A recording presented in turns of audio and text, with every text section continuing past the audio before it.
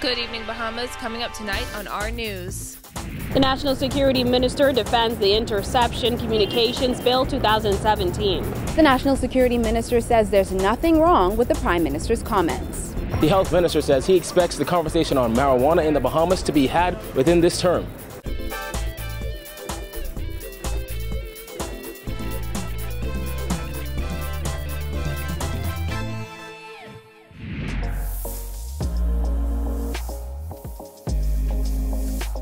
Our news is brought to you by Alive. Welcome to our news and thanks for joining us. I'm Christina Dragovich. Topping news tonight, after spending much of their time in opposition criticizing the Progressive Liberal Party for crafting what they called the spy bill, the Minnis administration began debate on a new version of the Interception of Communications Bill 2017 in the House of Assembly this morning.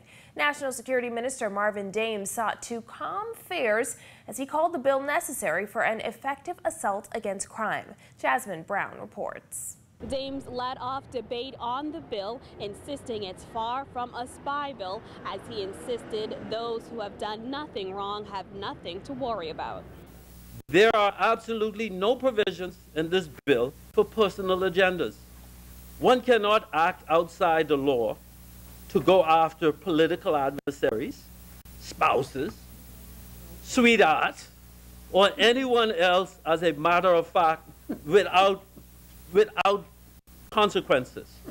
In short, Mr. Deputy Speaker, if you are living your life, going about your daily business, not threatening the security of others or the national security of this nation, you have absolutely nothing to be concerned about as it relates to this bill. According to Dames, under the bill, the interception of communications on public and private systems would be authorized within a single legal framework. Dames also addressed criticism the Minnis administration has faced since tabling the bill last September, despite fiercely criticizing the PLP government's version in opposition. Let me dispel this ridiculousness of the Interception of Communication Bill being referred to as a spy bill. For all within hearing distance of my voice, I don't care where it's coming from. I don't care where it's coming from. I am standing here today and speaking. For all within hearing distance of my voice, it is not. Dames explained that Section 26 of the bill removes the power of the Minister of National Security to order a wiretap, but provides for the Minister of National Security to authorize in writing a listening device to be used by an individual if it is determined that the use is for defense or national security matters of the country.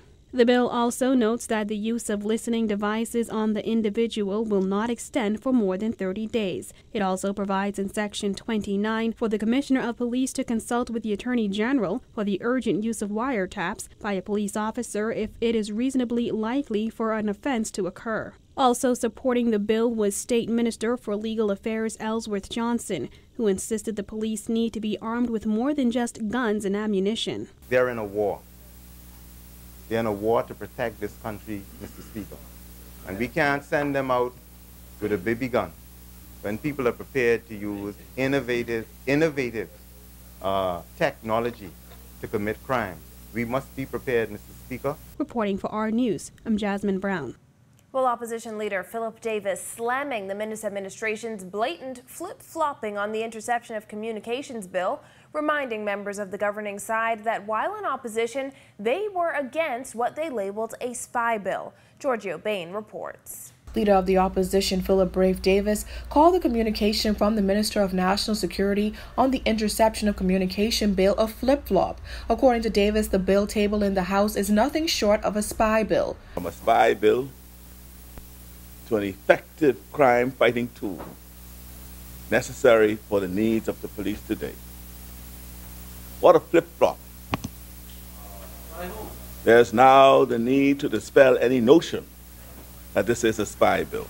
Davis recalled the words of Prime Minister Dr. Hubert Minnis on the Interception of Communication bill while in opposition. Prime Minister on the 24th of February 2017 said these words: Let's call their spy bill for what it is. An effort to gain a political advantage for an oppressive government. Man, you have to read the bill and understand it if you want to interrupt me and talk to me about the bill. Because you don't understand it. You don't understand it. Right? So let's call this bill for what it is. An effort to gain a political advantage for an oppressive government to use the power of government to intimidate and spy on Bahamians who would stand up to them. Dames explained that Section 26 of the bill removes the power of the Minister of National Security to order a wiretap, but provides for the minister to authorize in writing a listening device to be used by an individual if it is determined that the use is for defense or national security matters of the country. The bill states that the use of a listening device on the individual will not extend for more than 30 days. Davis said the very thing the Minnis administration complained about is now a part of their bill. Part 6. Listening devices. You introduced it. You brought it right back in. We didn't have this in. And it speaks of any offenses. And it's Commissioner of the Police going to the Attorney General for any offense. And hear what you have caused to happen. Your bill sets up 2 regimes. It also provides in Section 29 for the Commissioner of Police to consult with the Attorney General for the urgent use of wiretaps by a police officer if it is reasonably likely for an offense to occur. Davis continued to fire off on the bill, calling the FNM's version of the bill regressive because it still remains in the hands of politicians. He suggested that an independent body would better be suited to manage the bill. For that, you go to the Attorney General. And again, why would you have to go to the Attorney General? And then the Attorney General goes to the judge. Still in the hands of the politicians. You go to the politician. He then decides whether it should go to the judge. Take it out of the hands of the politicians. That's what the criticism was about. Leave it in the hands of an independent arm of government. That's what it was about. And that's what your bill does. It sets up 2 regimes. According to Davis, the bill will create many problems. And here's the challenge you may find going forward if this bill were to remain as is. Right? You have, on the one hand, what you call the specified offenses under which one can get the warrant to intercept, and you can get a warrant of entry for specified offenses. That requires the intervention of the judge. I still don't see the need for the intervention of the Attorney General. I would have thought that the Commissioner, and you as a police officer should be, that's what you should be contending for. Because I'm aware of many instances where police officers went to the Attorney General, and because the Attorney General had a different view, they were not able to do what they thought they should do. Reporting for R News, I'm Georgia Bain. Crime in the first quarter of 2018 is down by 14% nationwide compared to the same time period last year. That's according to Minister of National Security Marvin Dames, who released the latest crime statistics for the first quarter of 2018 in the House of Assembly this morning.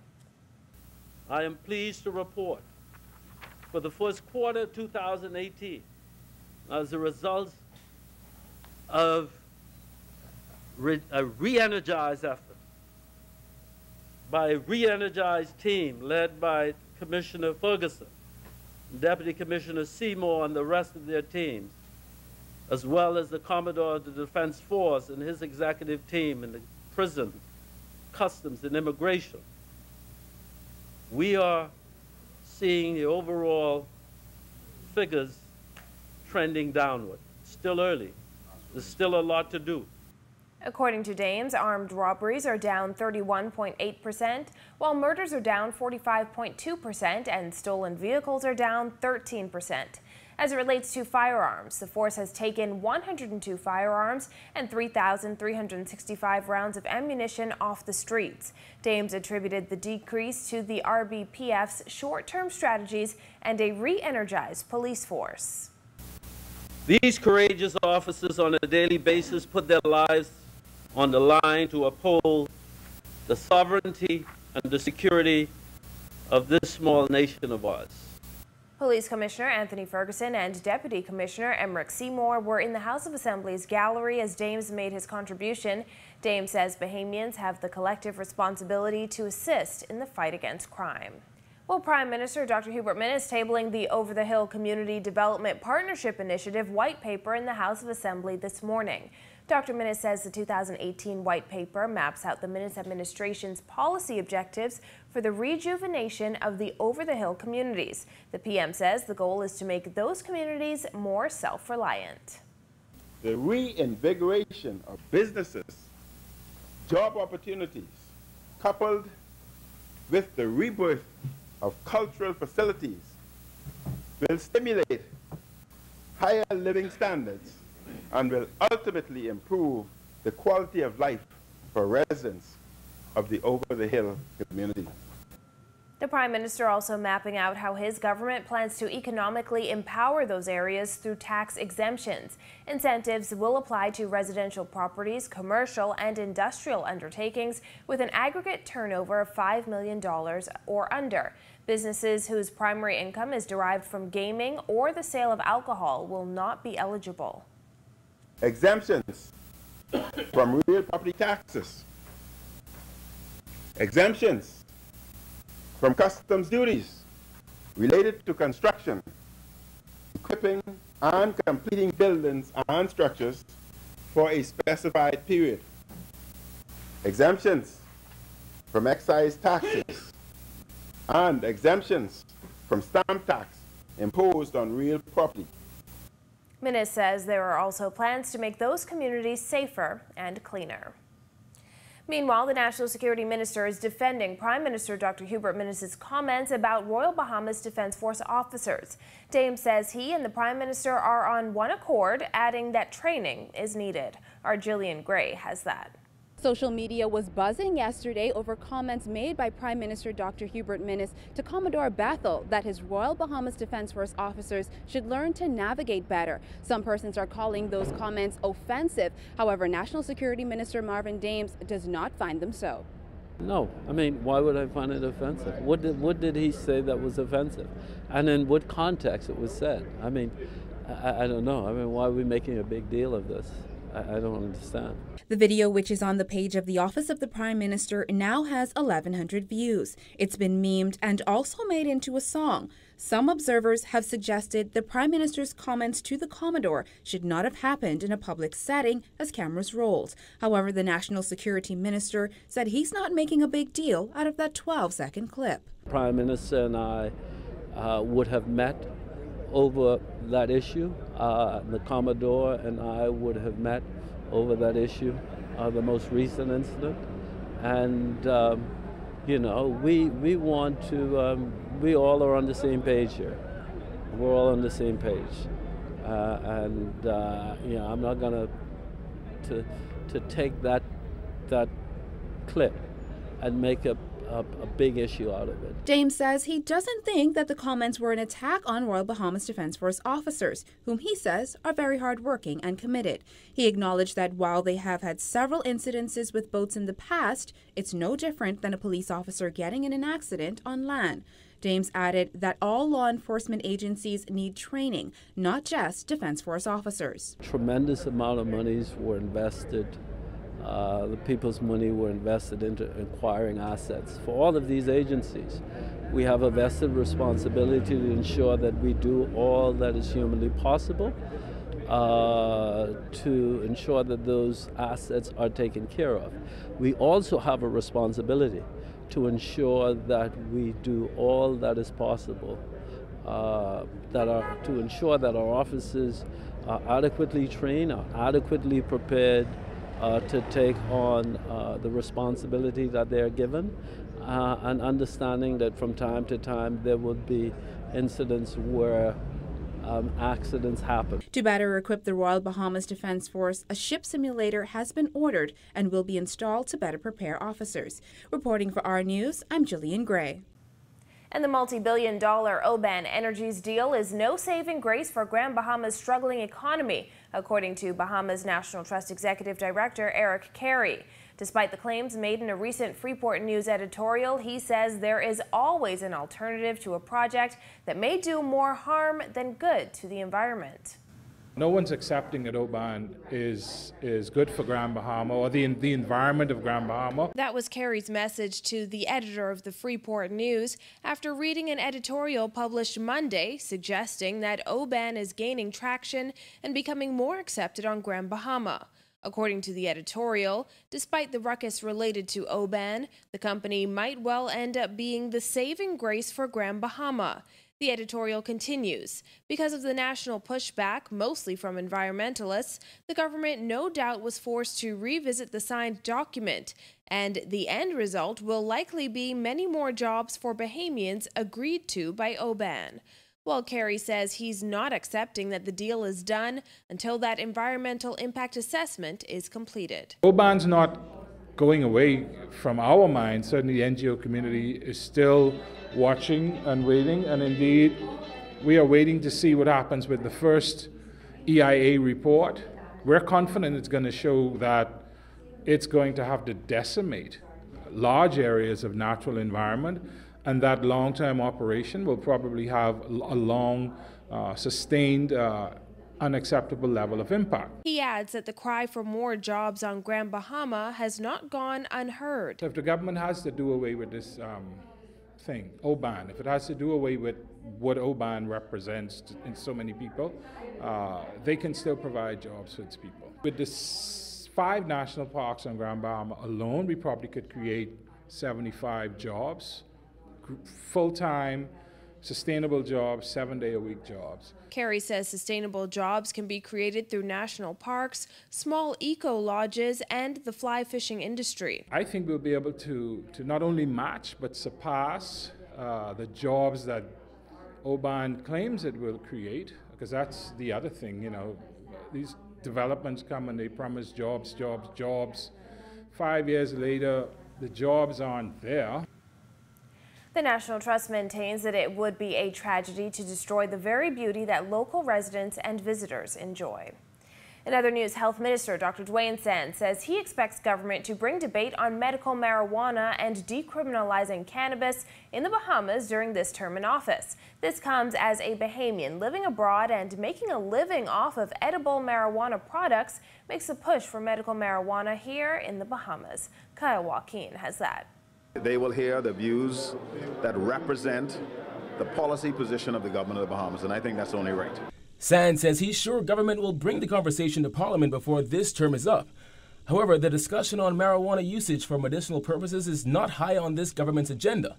This comes just 3 months after the CARICOM Regional Commission on Marijuana held a town hall meeting to get the public's opinion on whether there should be a change to the current drug classification of marijuana, making it accessible for medical, recreational, and research purposes.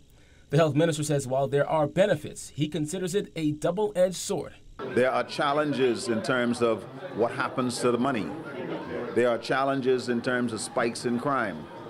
There's been an inconsistent response. But for those making the push, Sands says there's a problem.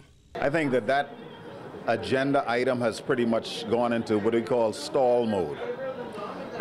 We have had no movement on that in a number of years, and much to the angst of a lot of people who are excited about the potential for medicinal use of marijuana. There have been concerns that the Bahamas would be left behind by countries making strides in this area like Canada, Jamaica, some states in the U.S., and even Antigua and Bermuda. While Sands disagrees with those concerns, there are those like Elliot Marshall Hepburn, a Bahamian living in California who works in the distribution of marijuana products for people with medicinal needs. He runs a company called Proper RX and says in this sector, the Bahamas is behind the 8 ball. We have patients using it for just about everything you can imagine right now. And they're receiving some sort of relief. But, the bread and butter is still, the cancer and the AIDS patients, they really, it's a staple for them, especially when wasting or something is starting to happen. It encourages the appetite. Marshall says he's had thousands of customers over the past 10 years with various ailments.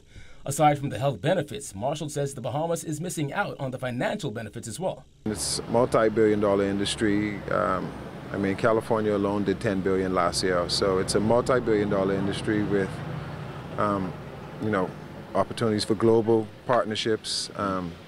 It's still wide open. We aren't doing, you know, there's no one has locked down research really. It's a golden opportunity for us to come in and really do some research here in the Bahamas. Just after our interview, we caught up with Marshall, who went to the House of Assembly to speak with some members of the government on the issue.